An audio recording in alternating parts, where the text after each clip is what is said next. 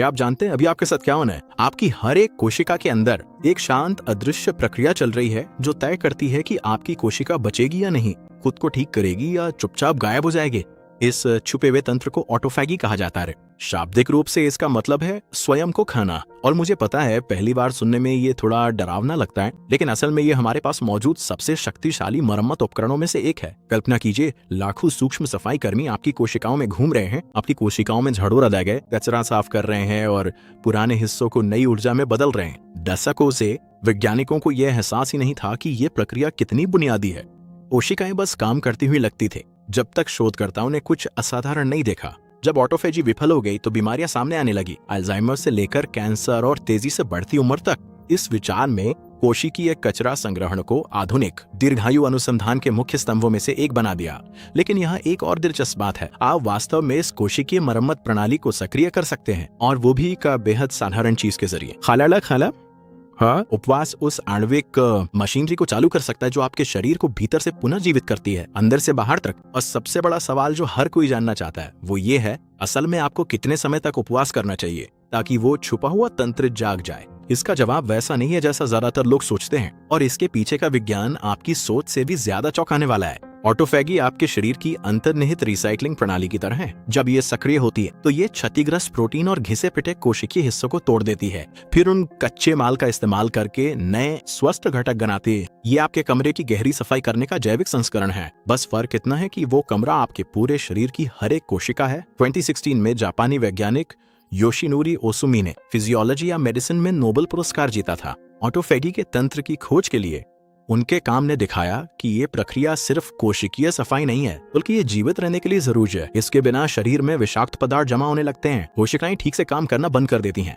और उम्र बढ़ने की प्रक्रिया खतरनाक गति से तेज हो जाती है। जब आप उपवास करते हैं तो आपका शरीर पोषक तत्वों की उपलब्धता में कमी महसूस करता है। ये कमी एक स्विच को ऑन कर देती है और अचानक शरीर एक सर्वाइवल मोड में चला जाता है, जो दक्षता और मरम्मत को प्राथमिकता देता है।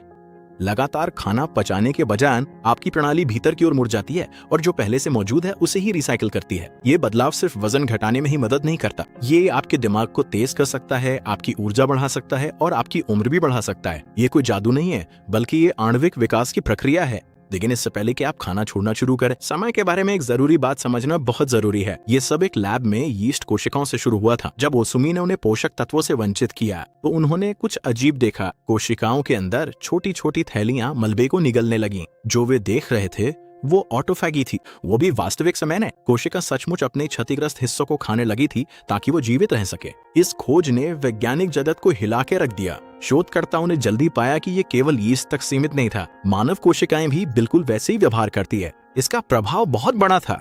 पोषक तत्वों की उपलब्धता को नियंत्रित करके आप ये प्रभावित कर सकते हैं कि कोशिकाएं खुद की मरम्मत कितनी कुशलता से करती हैं। उपवास, जिसे कभी धार्मिक अनुष्ठान माना जाता है, अचानक एक वैध जैविक रणनीति बन गया। जैसे जैसे अध्ययन आगे बढ़े, वैज्ञानिकों ने ये पहचानना शुरू किया कि ऑटोफैगी ठीक किस क्षण शुरू होती है। ये उपवास के दौरान होता है और ये तुरंत नहीं होता। आपका शरीर सफाई मोड में तभी नहीं जाता जब आप नाश्ता छोड़ देते हैं, इसमें समय लगता है। ये ऊर्जा की कमी और कोशिकीय तनाव के बीच एक नाजुक संतुलन है। हर दिन हर सेकंड आपकी कोशिकाएं कचरा, गलत तरीके से बने प्रोटीन बनाती हैं, खराब माइटोकॉन्ड्रिया, बचे हुए अणु। आमतौर पे आपका शरीर ये सब चुपचाप संभाल लेता है। ऑटोफैगी जैसी प्रणालियों के माध्यम से आप इसे महसूस नहीं करते, आपको इसका पता भी नहीं चलता, लेकिन ये लगातार पृष्ठभूमि में होता रहता है। जब ऑटोफैगी अच्छी तरह से काम कर रही होती है तो आप स्वस्थ और ऊर्जा से भरपूर जाएंगे। लेकिन जब ये ज्यादा खाने की वजह से धीमी पड़ जाती है, लगातार कुछ न कुछ खाते रहने या लगातार तनाव के कारण, तो कोशिकीय कचरा जमा होने लगता है। ये जमाव सूजन का कारण बनता है, थकान और तेज उम्र बढ़ने का कारण बनता है। सोचिए एक ऐसे शहर के बारे में जो कभी अपना कचरा बाहर नहीं फेंकता। उपवास इस प्राकृतिक डिटॉक्स प्रणाली को फिर से सक्रिय कर देता है। जब बाहर से खाना नहीं आता तो आपका शरीर आंतरिक ऊर्जा स्रोतों की तलाश शुरू कर देता है और सबसे पहले वो पुराने मरे हुए क्षतिग्रस्त कोशिकीय पदार्थ को निशाना बनाता है। ये एक सुंदर प्रक्रिया है जिसमें विनाश और पुनर्नवीनीकरण एक साथ होते हैं। फिर भी इसमें एक सीमा होती है, एक विशेष बिंदु जहाँ शरीर केवल संचित ऊर्जा जलाने से पूरी तरह से कोशिकीय पुनर्चक्रण की ओर बढ़ जाता है। वैज्ञानिक इसे ऑटोफैगी सक्रियण विंडो कहते हैं और इस विंडो को ढूंढना आधुनिक जीव विज्ञान की सबसे दिलचस्प खोजों में से एक बन गया है। आपके अंतिम भोजन के कुछ घंटों बाद कुछ भी नाटकीय नहीं होता, कम से कम सतह पर तो नहीं। आपका शरीर अभी भी आपके रक्त में मौजूद ग्लूकोज पर चल रहा होता है और आपके लिवर में जमा ग्लाइकोजन पर भी आप खुद को पूरी तरह सामान्य महसूस कर सकते हैं, शायद और भी ज्यादा ऊर्जावान महसूस करें। जबकि आपके इंसुलिन का स्तर लगभग 6 से 12 घंटे में गिरना शुरू हो जाता है। आपका मेटाबॉलिज्म चुपचाप अपनी दिशा बदलने लगता है। शरीर ऊर्जा के स्रोत के रूप में शुगर पे कम और फैट पे ज्यादा निर्भर होने लगता है, यानी वसा को ऊर्जा के रूप में इस्तेमाल करता है। नॉरेपिनेफ्रिन जैसे हार्मोन आपको सतर्क रखने के लिए बढ़ जाते हैं, जबकि ग्रोथ हार्मोन अचानक बढ़ जाता है ताकि आपकी मांसपेशियों की रक्षा हो सके।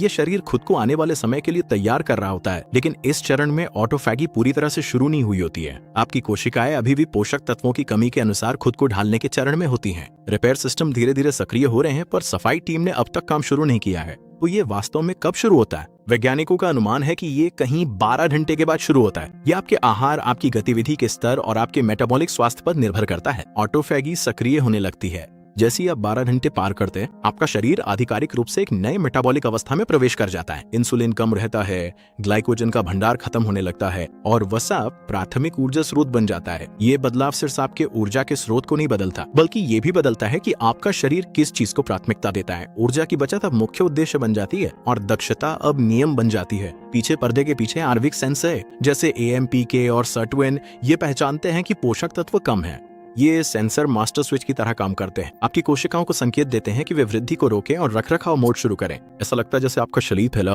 चलो फिर से निर्माण करने से पहले मरम्मत कर लें। ये जैविक रूप से किसी फैक्ट्री को गहरी सफाई के लिए बंद करने जैसा है। एक गहरी सफाई के लिए जैसे जैसे ये प्रक्रिया गहराती है, आपको खुद को और अधिक तेज या शांत महसूस हो सकता है। ये आपकी कल्पना नहीं है। उपवास एक न्यूरोट्रॉफिक फैक्टर, जिसे BDNF कहते हैं, को बढ़ाता है। ये एक यौगिक है जो सीखने और याददाश्त को समर्थन देता है। आपका शरीर सचमुच हल्के तनाव में फलने फूलने के लिए खुद को फिर से प्रोग्राम कर रहा है और यहीं पर ऑटोफेगी के पहले असली संकेत दिखने लगते हैं। करीब 16 घंटे बाद कुछ असाधारण होता है। सफाई करने वाली टीम अब फुसफुसा नहीं आई है। ये पुरानी प्रोटीनों पे काम कर रही है। गलत तरीके से मुड़ी हुई एंजाइम्स और क्षतिग्रस्त माइटोकॉन्ड्रिया ऑटोफैगोसोम्स द्वारा पहचाने और खाए जाते हैं। वे विशेषीकृत वेसिकल्स जो इस कोशिकीय पुनर्चक्रण को अंजाम देते हैं। आप अपनी ऊर्जा में एक बदलाव महसूस कर सकते हैं। कुछ लोगों के लिए ये स्पष्टता का एहसास होता है, एक मानसिक हल्कापन जो स्थिर रक्त शर्करा और स्वच्छ ऊर्जा उत्पादन से आता है। दूसरों के लिए हल्की असुविधा होती है क्योंकि शरीर अनुकूलन जारी रखता है। किसी भी स्थिति में यहीं से परिवर्तन ठोस रूप लेना शुरू करता है। वैज्ञानिकों ने देखा है कि इसी चरण के आसपास सूजन के संकेतक गिरने लगते हैं, जबकि एंटीऑक्सीडेंट गतिविधि बढ़ जाती है। आपकी कोशिकाएं सिर्फ खुद की सफाई नहीं कर रही, वे मजबूत भी हो रही हैं। ये प्रक्रिया बहुत सुंदर और लगभग काव्यात्मक है। आपका शरीर अपनी सबसे कमजोर कड़ियों को तोड़ता है ताकि कुछ और मजबूत बना सके। लेकिन यहीं पे धैर्य शक्ति बन जाता है। जहां 16 घंटे हल्की ऑटोफैगी को ट्रिगर कर सकते हैं, गहरी मरम्मत के लिए और अधिक समय की आवश्यकता होती है। जितना लंबा उपवास चलता है, शरीर उतना ही अधिक केवल जीवित रहने से असली नवीनीकरण की ओर बढ़ता है। 24 घंटे के निशान पर शरीर आधिकारिक रूप से उस स्थिति में होता है जिसे शोधकर्ता मरम्मत क्षेत्र कहते हैं। ग्लाइकोजन भंडार लगभग समाप्त हो चुके होते हैं, इंसुलिन कम होता है और वसा चयापचय हावी हो जाता है। ये चयापचय वातावरण गहरी ऑटोफैगी के लिए एक आदर्श स्थिति है। इस बिंदु पर कोशिकाएं सक्रिय रूप से क्षतिग्रस्त ऑर्गेनेल्स को तोड़ रही होती हैं, खासकर माइटोकॉन्ड्रिया को। इस प्रक्रिया को माइटोफैगी कहा जाता है। ये दीर्घकालिक स्वास्थ्य के लिए बेहद जरूरी है, क्योंकि खराब माइटोकॉन्ड्रिया उम्र बढ़ने और बीमारियों में योगदान करते हैं। अब आपका शरीर सूक्ष्म स्तर पर रखरखाव का काम कर रहा है, अंदर से बाहर पर खुद को पुनर्जीवित कर रहा है। दिलचस्प बात यह है कि प्रतिरक्षा कोशिकाओं को भी इसका लाभ मिलता है। अध्ययनों से पता चलता है कि 24 घंटे का उपवास प्रतिरक्षा प्रणाली के कुछ हिस्सों को पुनर्जीवित कर सकता है, पुलामी श्वेत रक्त कोशिकाओं को बाहर निकालकर और नई कोशिकाओं के निर्माण को प्रोत्साहित करके। ये आपके शरीर की रक्षा प्रणाली पर रीसेट बटन दबाने जैसा है। लेकिन जैसे जैसे लाभ बढ़ते हैं, इस चरण में सतर्कता बरतना जरूरी है। ऊर्जा स्तर गिर सकते हैं और हाइड्रेशन बेहद जरूरी हो जाता है। शरीर पर्दे के पीछे कड़ी मेहनत कर रहा है और ऑटोफैगी के गहरे चरण बस आने ही वाले हैं। उपवास के दूसरे दिन में प्रवेश करना एक गहरा बदलाव दर्शाता है। अब शरीर सिर्फ सफाई नहीं करना है, बल्कि पुनर्निर्माण और रिसाइकलिंग सिस्टम पूरी क्षमता से चल रहे हैं। हर गैर जरूरी चीज को तोड़कर सिर्फ जरूरी चीजों को बचाया जा रहा है। ये गहरी ऑटोफेगी है, वही प्रकार जिसे वैज्ञानिक दीर्घायु और लचीलापन से जोड़ते हैं। इस चरण के दौरान MTOR जैसी वृद्धि मार्गिकाएं दबाई रहती हैं, जबकि ऑटोफेजिक गतिविधि अपने चरम पर होती है। पुराना सेलुलर पदार्थ ताजे घटकों में बदल जाता है, जैसे अमीनो एसिड, लिपिड्स और यहाँ तक की ऊर्जा भी। आपकी कोशिकाएं अंदर से खुद को लगभग नया रूप दे रही हैं। लोग अक्सर लंबे उपवास के दौरान रिपोर्ट करते हैं एक जबरदस्त मानसिक स्पष्टता, सूजन में कमी और त्वचा में सुधार। ऐसा इसलिए है क्योंकि आपका शरीर खुद को जमा हुई ऑक्सीडेटिव क्षति से मुक्त कर रहा है, जो जैविक रूप से पुराने कवच को उतारने के बराबर है। लेकिन इस शक्ति के साथ जिम्मेदारी भी आती है। लंबा उपवास हर किसी के लिए सही नहीं है। शरीर लचीला है, लेकिन संतुलन ही कुंजी है। कब शुरू करना जितना जरूरी है, उतना ही जरूरी है कब रुकना जानना, क्योंकि सीमा से आगे बढ़ना मरम्मत को जोखिम में बदल सकता है। करीब 36 घंटे बाद आप ऑटोफैगी के सबसे तीव्र चरण में प्रवेश करते हैं। यहाँ शरीर पूरी तरह से नवीनीकरण में जुट जाता है। कोशिका जीव विज्ञान और दीर्घायु पर हुए शोध बताते हैं यही सबसे उपयुक्त सीमा है जहाँ कोशिकीय पुनर्चक्रण अपनी सबसे अधिक दक्षता पर पहुंच जाता है, बिना शरीर को भुखमरी की स्थिति में डाले हुए।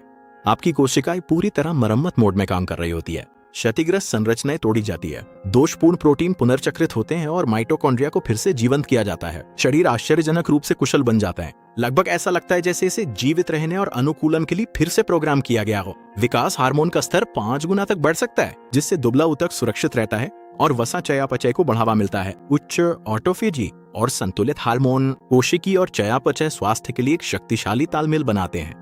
और शायद यही सबसे चौंकाने वाला हिस्सा है। उपवास से जुड़ी दीर्घायु के कई प्रभाव ऐसा लगता है कि इसी अवधि के दौरान सक्रिय होते हैं। बेहतर मस्तिष्क कार्य से लेकर कैंसर से संभावित सुरक्षा तक ये चरण दर्शाता है वो जैविक उत्कृष्टता जिसे उपवास उजागर कर सकता है। लेकिन उपवास शक्तिशाली है और किसी भी प्राकृतिक शक्ति की तरह इसकी भी सीमाएं हैं। अगर हद से ज्यादा बढ़ा दिया जाए तो शरीर रणनीतिक मरम्मत से शुद्ध जीवित रहने की स्थिति में चला जाता है। मांसपेशी ऊतक ऊर्जा के लिए टूटना शुरू हो सकता है, हार्मोन स्तर गिर सकते हैं और थकान हावी हो जाती है। जो कभी नवीनीकरण का साधन था वही अब तनाव बन जाता है। तनाव का संकेत कोर्टिसोल बढ़ता है, मेटाबॉलिज्म धीमा हो जाता है और ग्रेलिन जैसे भूख के हार्मोन तेजी से बढ़ जाते हैं। ऑटोफैगी की खूबसूरती संतुलन में है। ये मरम्मत के लिए बनी है, ना कि विनाश के लिए। शोधकर्ता इस बात पर जोर देते हैं कि उपवास का मतलब अत्यधिक लाभ नहीं आता है। असल में अत्यधिक वंचना आपकी रोग प्रतिरोधक क्षमता को कमजोर कर सकती है, पोषण की कमी पैदा कर सकती है और मानसिक एकाग्रता को बाधित कर सकती है। उपवास की कला अपनी सहन शक्ति की परीक्षा लेने के बारे में नहीं है, ये उस लय को खोजने के बारे में है जिसमें उपचार फलता फूलता है।